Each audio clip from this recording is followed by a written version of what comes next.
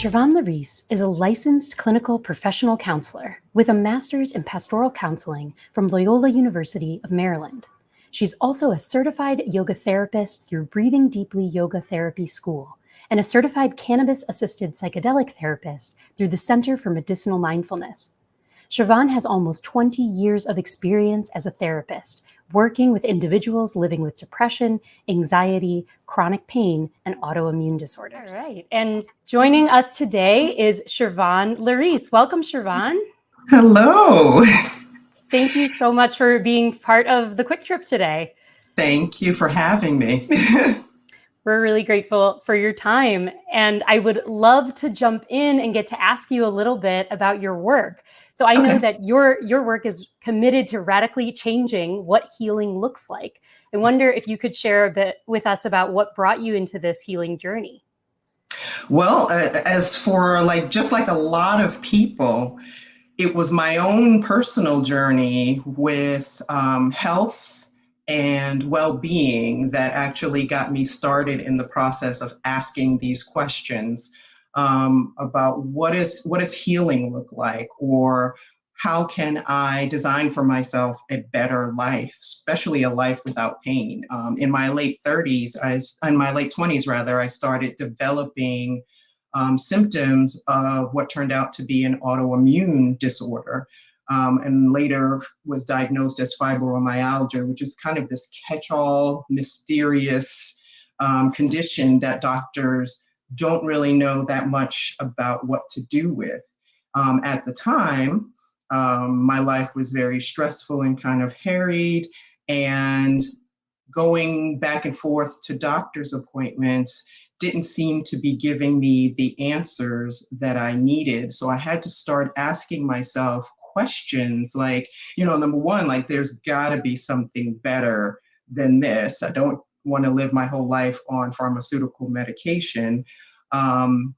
But they didn't really have answers. So I started to do my own research, and by then the internet had come into being, which was great, and started looking up things. And some things harkened back to nutrition, others mental health. At the time, I already worked in the mental health field and was already accepted at university to do my graduate studies in counseling. So when I started that process at age 30, I was able to ask the questions that really made sense to me, like how does diet, nutrition play a role in your physical health, this kind of mysterious thing. And my symptoms were, they were the roving pains in my joints and the roving pains in my muscles, as well as kind of brain fog and tiredness for no real reason, allergies that were out of control. I started to become allergic to what felt like everything. So how did nutrition, how did diet play a role in that? How did stress play a role in that? What could I do, since my doctors couldn't really point me in any right direction? So I did find a naturopath that helped me answer some of those questions, but still it wasn't like 100% of getting me there. But at least the journey had begun. And once I'd started my graduate studies in counseling, mental health, the question of what is mental health, what is mental wellness, and how does that play a role in physical health started to really unfold for me. In my late 20s, I was working in mental hospital kind of group home settings. A lot of our clients in those places were hard to treat, had hard to treat bipolar disorder or hard to treat schizophrenia. One of the things I noticed and asked about in our, team meetings that always had a psychiatrist in it, does diet, or how much does diet play a role in our clients' symptoms? Because it seemed to me that many of them ate a lot of either junk food, fast food, sugary foods most of their day. And the psychiatrist looked at me, and I mean, the look kind of was like I was an idiot. But he was like, it plays no role. And he just went on to the next thing. But now we know 20 plus years later, and I guess that was 25 years ago, um, we now know that diet has a huge part in our mental well being, as well as if diet plays a part, then environment must play a part, right? And that just kind of stuck with me. So here we are 25 years later, and I still remember that psychiatrist answer. And so while in school, I started answering those questions for myself, shifting how I took care of myself, and really started looking at what stress can do to the body, which we also now see in the research has a big role. And so I had to really come to grips with um, my own life being in my own hands and my own well-being being in my own hands. Wow. Wow. Thank you so much for sharing about your journey. I'm hearing a lot of the body and mind connection, and you really drawing these lines between, wait, these things are interconnected. And Yeah, even though I wondering, didn't know how yet, I just suspected. It was almost intuitive. I was like, I don't think that guy was right. yes, and some of that reaction that folks have, kind of raising an eyebrow and saying, really, you think these, how could that have anything? And we know so much more now, like you We shared, and do, I feel grateful it's beginning to kind of reach more deeply into the mainstream of seeing that, stress and nutrition and all of these different aspects really influence one another. indeed, I know that plant medicines are also a space where people see that connection really strongly between the body and the mind. indeed. And I would love to get to ask you, you work with cannabis to help support breakthroughs and healing insights within psychotherapy. I'm Yes, wondering if you can share more with us about how you work with cannabis as a partner in the healing work that you do. sure. Yeah. So that's like one of the newest things that I started to figure out for myself, kind of asking the question, what is missing? Here I was, a trained psychotherapist. I had also done my certification as a yoga teacher and then went on to get a certification in yoga therapy, but was still figuring that something else was missing. And started to come across information about the benefits of cannabis on the body for mental health in particular, but also for physical health. And this was before Maryland, which is the state I'm in, became a medicinal state. And in all the research that I'd started to see, as well as confirmation from some of my clients who didn't want to get on the regular traditional pharmaceutical medicines, but were using cannabis, particularly to manage their anxiety, it started to really raise questions for me. And so as I was thinking about that, and then Maryland came on board with legalization for medicinal cannabis, I also found out there were trainings involved that I could take to be able to incorporate this into my practice. And so, how I incorporate that now is either in the psychotherapy session, if a client wants to include cannabis in their sessions, we will talk in advance and prepare for those kinds of sessions and what they're looking to explore in those specific sessions for the psychogenic benefits. And then there are other clients who are looking for a more intensive experience. So we offer 3 to 5 hour, 1 or 2 day cannabis assisted psychedelic therapy sessions, where in the sessions leading up to that, we're having talks about and preparing for the exploration, what they're looking to explore, what intentions they want to set, and then having those 1 to 2 day sessions, and then coming back with integration to talk together about how they integrate what they learned from those sessions or what they saw and got out of those sessions. And it has been some of the most rewarding experiences because for me, I've been a therapist for nearly 20 years.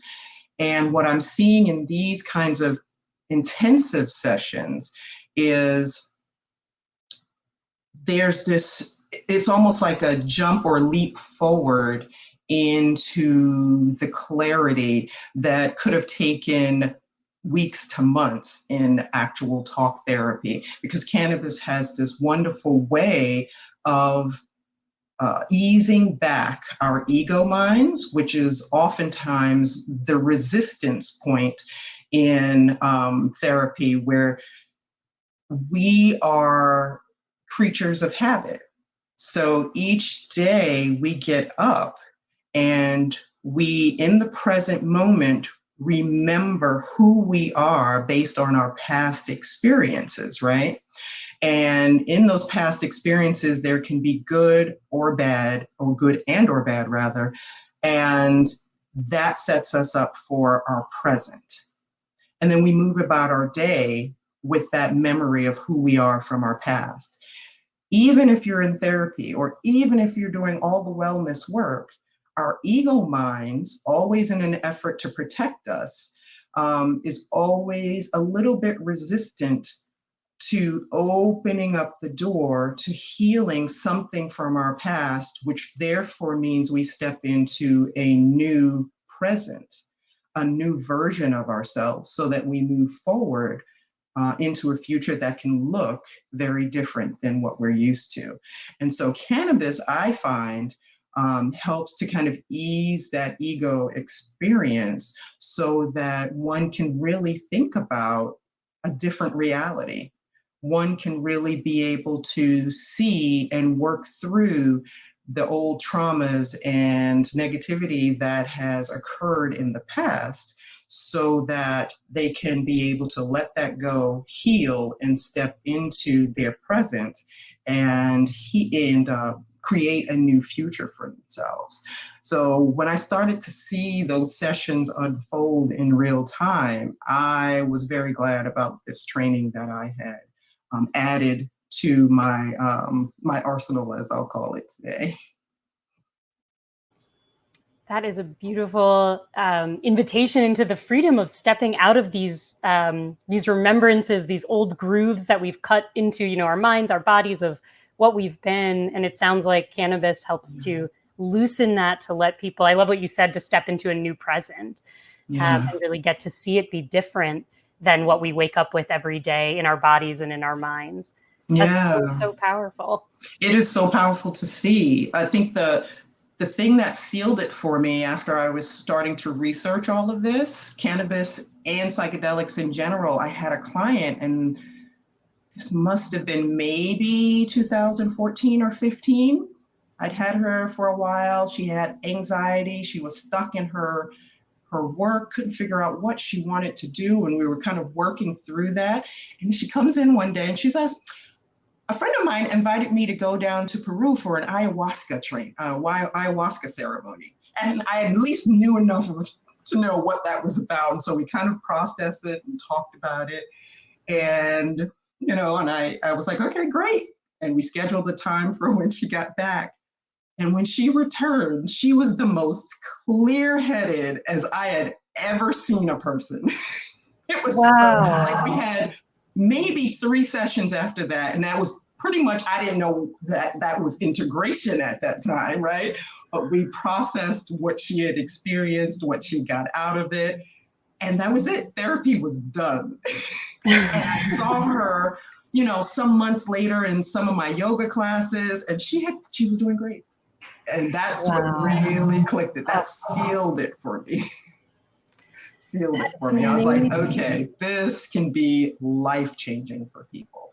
And if plant medicine can help put us out of business, then wouldn't that be great? Working ourselves out of a job. It's beautiful. Indeed. I love that.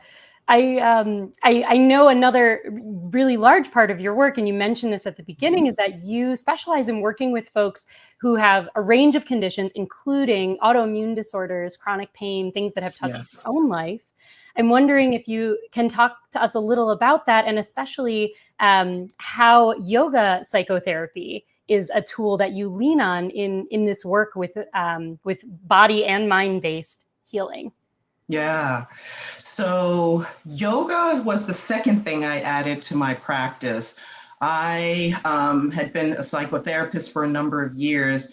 I had already been a yoga practitioner off and on since my teens.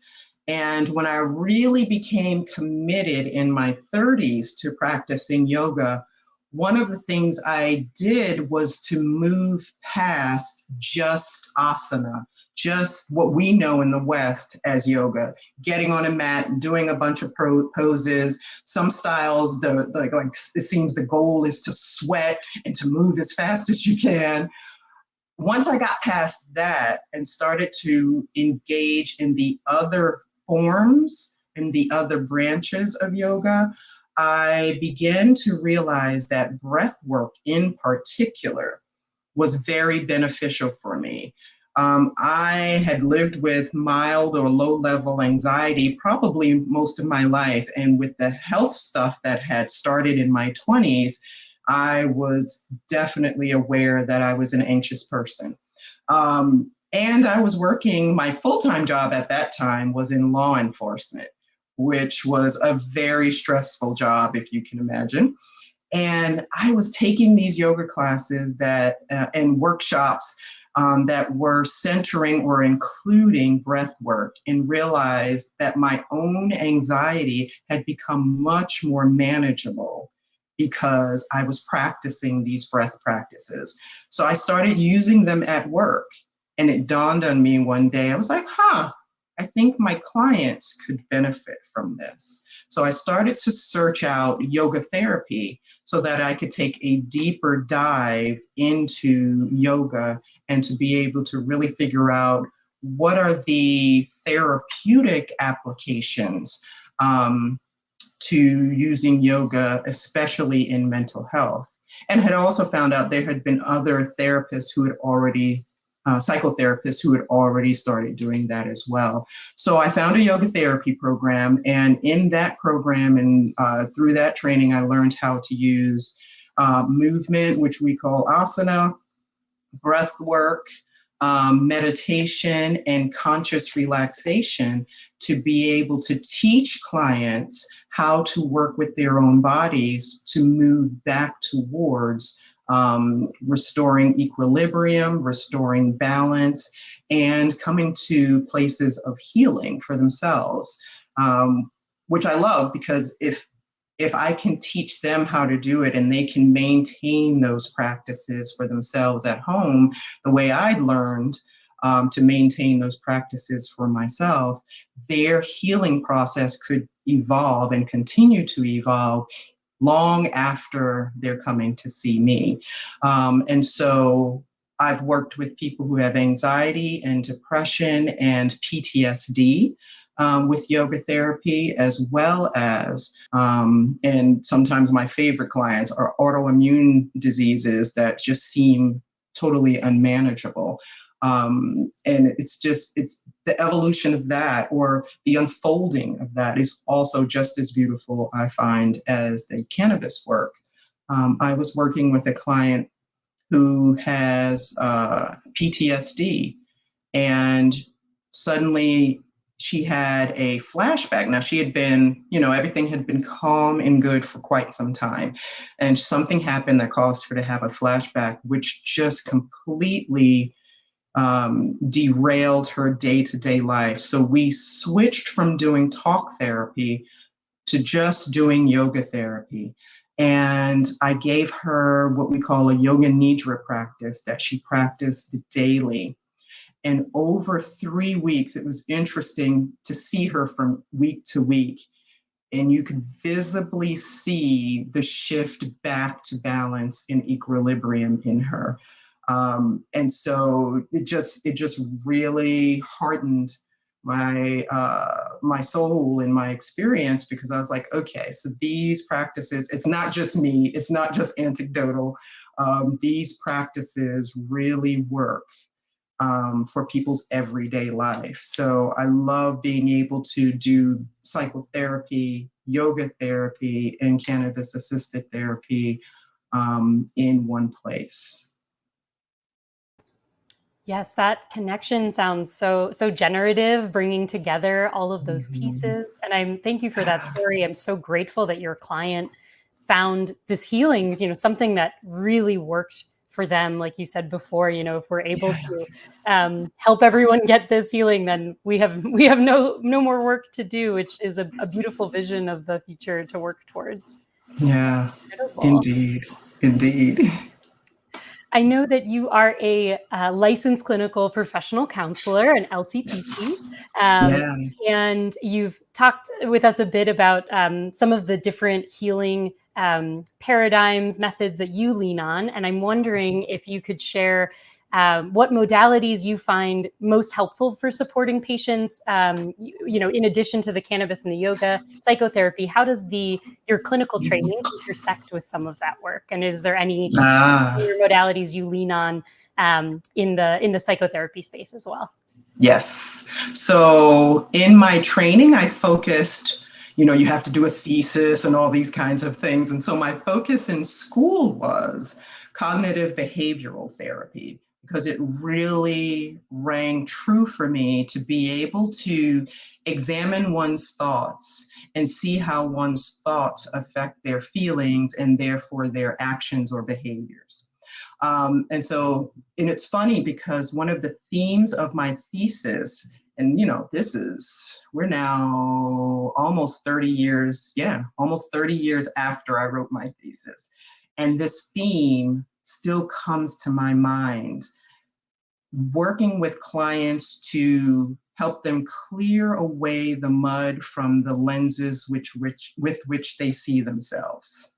And now, on all these years later, in the work that I've done, I'm still using cognitive behavioral therapy, but I've also paired it with mindfulness practices, mindfulness theory.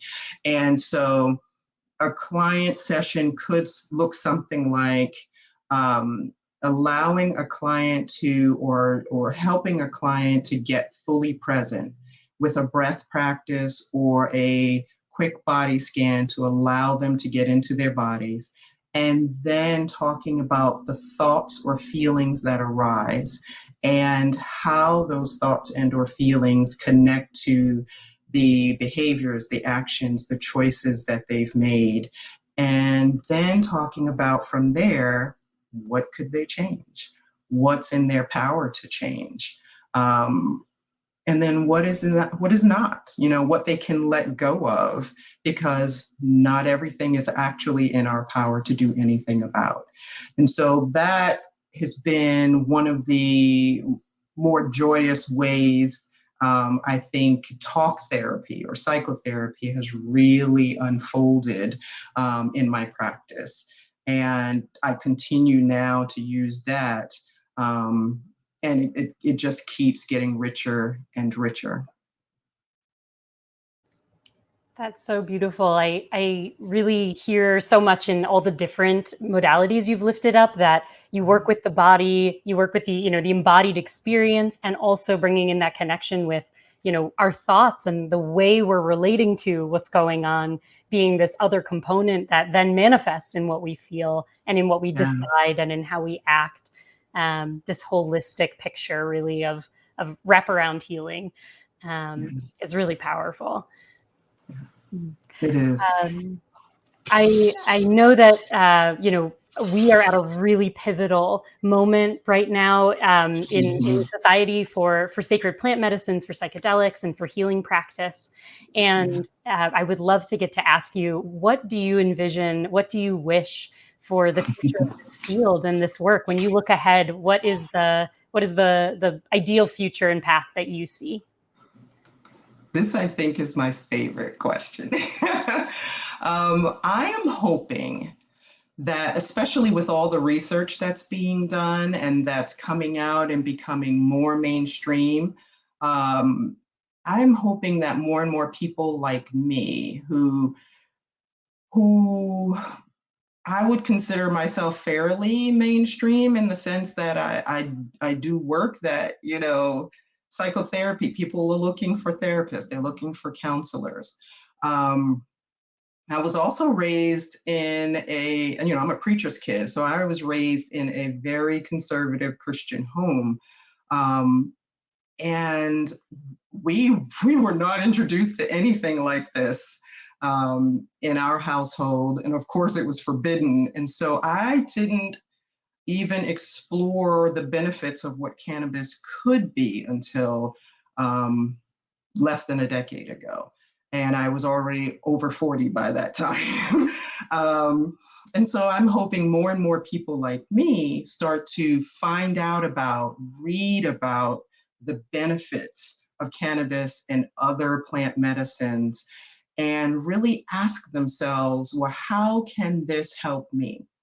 Whether that's physically, emotionally, and spiritually, how can I use plant medicines to help me clear away the mud from the lenses with which I see myself, to heal trauma, to heal old wounds, and to be able to step into my present more fully so that they can gain full access to who they really are. And in doing so, to be able to move into full futures that they have envisioned, to me, that is going to be the biggest shift that our planet can make. And the more and more people who can heal themselves, then turn around and help someone else by teaching them what they know so that they in turn can heal themselves. That is love.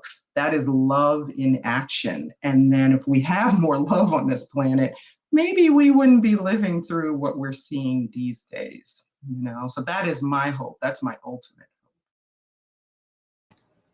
That is so beautiful. And I am reminded of the phrase, each one teach one.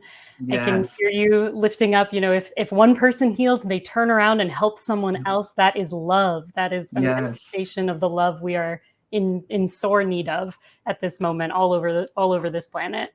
Indeed. Oh, Indeed. that's beautiful. I'm so grateful that you are helping to bring that healing and that love into the world through your work. I would like to put up your website so folks can reach out to you. And I wonder, do you have any recommendations if people want to get in touch with you or how they should reach out?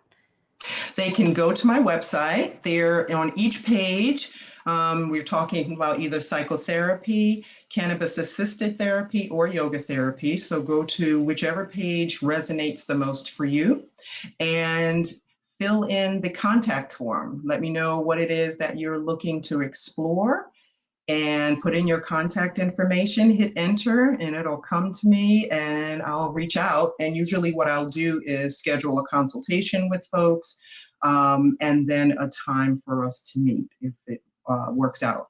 And so the website is it's the fastest way nowadays.